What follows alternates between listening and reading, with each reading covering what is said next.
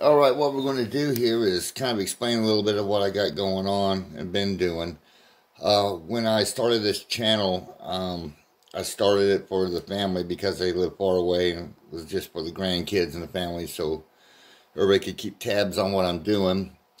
They all knew of what I've been up to, but most of you other folks don't, so I figured it'd be good idea to give you a rundown real quick of me and some of the things I've done, you know, at least, when it comes to fossils.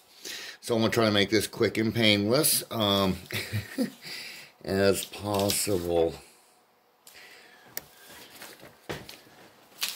Wanted to start with, just a couple little things like donations that I have. And there's some important stuff I want to show you too about some pterosaurs that you won't get anywhere else. But, here's just some basic information on just some thank you letters from one of the local universities when I was in Hays, Kansas.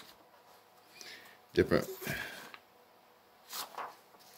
Kind of just stop here for a minute. This is not going to be an exciting video, just more information, but there's some good information on, some pterosaurs, especially on the nyctosaur that I discovered, which, here, let's get to that real quick. It looks like that. That's my little contraption there that I put together. I will show you, some better pictures of her, or him. Now, this is what you won't see in a lot of places here. When I discovered this, this is still in situ right here. Sorry, dadgummit. Let's see here. Can I expand? Oh, there we go. Bear with me. I'm not good at this. There we go. And move that right there. Oh, yeah, that's a lot better. I hope everybody can enjoy. Okay, that's my nyctosaur when it's still within situ. I have found other ones, and we know that the length of the bottom of the crest and the top of the crest are both the same length because we found pieces to another one, and they were both the same length. This skull is only 9 inches long, and I believe, if I remember correctly, the crest is 28. But this is one of the things I wanted to show you about. This is a nice view you don't get to see too often. Sorry, it's the only picture I've got of it like that, but you can see that nice curvature as it goes back. And that's a real close-up of the skull there when it was still in the rock. There we go. Now this bone structure up here, I've seen a few people who have rendered drawings, what they, everyone's got different ideas. We're not 100%, but some have shown that this area in between the two, let's see, this area right in through here, they kind of got it webbed. I don't think that's right because this bone structure through here was the exact same type of bone structure you would have when you have a big feather and you peel off all the feather part and you just have the gristle part in the center. It was that consistency. It was fossilized, but yet you could tell by looking at it that it had that consistency. So what my idea on this crest is 2 large feathers that protruded from this on the male more than likely during mating season, I would gather. It might have been permanent with the way that is off of his skull. Yeah, I would say that was probably more of a permanent feature. Here we have another drawing of it here. It's been added to the pterosaur list as a crested nyctosaur. Only found in Kansas. And pteranodons themselves, the Sternbergi and the Longseps, are unique to Kansas. It's also long. And this regular pteranodon here. Yeah, these are only found in Kansas, by the way. So I just wanted to get that pointed out and out of the way. Here is another picture. I'm sorry that you have to look at me in here. I usually don't like doing this, but it's only picture per size reference of a smaller Pteranodon wing. And this is one, so 6 feet. So they had smaller ones had a 12-foot wingspan. Of course, the larger birds probably closer to 18 to 20 maybe. This is a Zyfectinous Skull, and the nice thing about this one, we left it like this because there were shark's teeth all over the place. They were just gnawing on it, and they were Cretoxerana. But that would be a probably a medium-sized Zyfectinous. They get a lot larger because you can see the size of those vertebrae. They're only like 2. I've seen them up to 3 and 4 inches, so they get to be like 20 feet. I have one of these and a mosasaur. The one that's complete is in the Museum of World Treasures. This is in Wichita, Kansas. A little document here on that. Ooh, gosh dang, I keep bumping that. Sorry, guys. There we go. Yeah, this is just some paperwork. You can find this in Wichita, Kansas. There's a Zyfectinous in there, like I was just pointing out, and a mosasaur. And it's not this mosasaur, but this is also another one that I found. I did not do the prep job on this, even though I do know how to prep now. This was when I was first getting started. This is out of the Butterfield. Okay, I forgot which one this is. Out of San Francisco, LA, Natural History Museum auction. I've had pieces also in Christie's auction house up there in New York.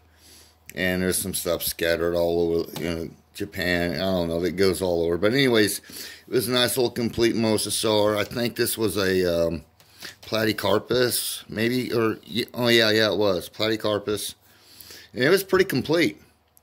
Pretty nifty. So, yeah, I wanted to show you folks that. And then, where else? Oh, yeah, and here, back to the nyctosaur real quick. Sorry I'm scattered around. I am not no professional at this by no means. See, those are not earthquakes. That's just me bumping.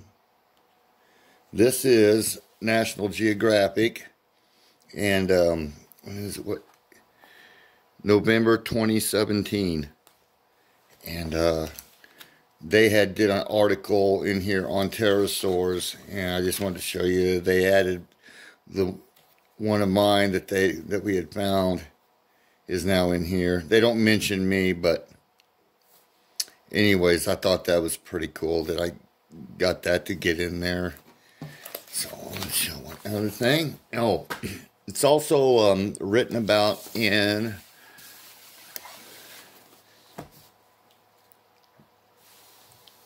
Oceans of Kansas. This is a book written by Michael J. Everhart. He's a paleontologist out there from Kansas. Knows his stuff. And here's that little, this is of course a cast that I had made to represent what it would look like. And it is mentioned there. There's a few other points in here that are talked about on pterosaurs that I've helped on. What else do we have here? Oh yeah, and just one last point here. Just this was in the Ellis Review, 2004. Yikes, boy, time flies. And it talks about, this is when I had found this nyctosaur. And see, we also, yeah, here we go. This is this is not the original. This is a cast that we'd put together of the original piece in situ. So down in here, I wanted to mention this too. I think this is important. Now, this will upset some people. But hey, we all got, I'm just saying, with all my experience out in the field, I've come to the conclusion, and I wrote and mentioned this in this article. It says it right here that the dinosaurs did not die. I didn't say they didn't die by a meteorite. I say that they were wiped out by the flood that's mentioned in the Bible of Noah, because it wasn't just dinosaurs that got wiped out. It was everything. Birds, bugs, bats, you know, all the fish, everything, trees, seeds. I've been on digs where you find everything. The Petrified Forest in Arizona. They were drilling for a potash mine close by to see how deep it went. That Petrified Forest goes down 900 feet. That's one heck of a log jam. Only thing that can produce that kind of a log jam is a flood. And if you look at all the fossils, pretty much 99% of the fossils around the world are buried in a sediment deposit. So, and that's done by, you know, water. A meteorite, I'm sorry, it's not going to do that, you guys. And by the way, we don't even know if there was water there at that time.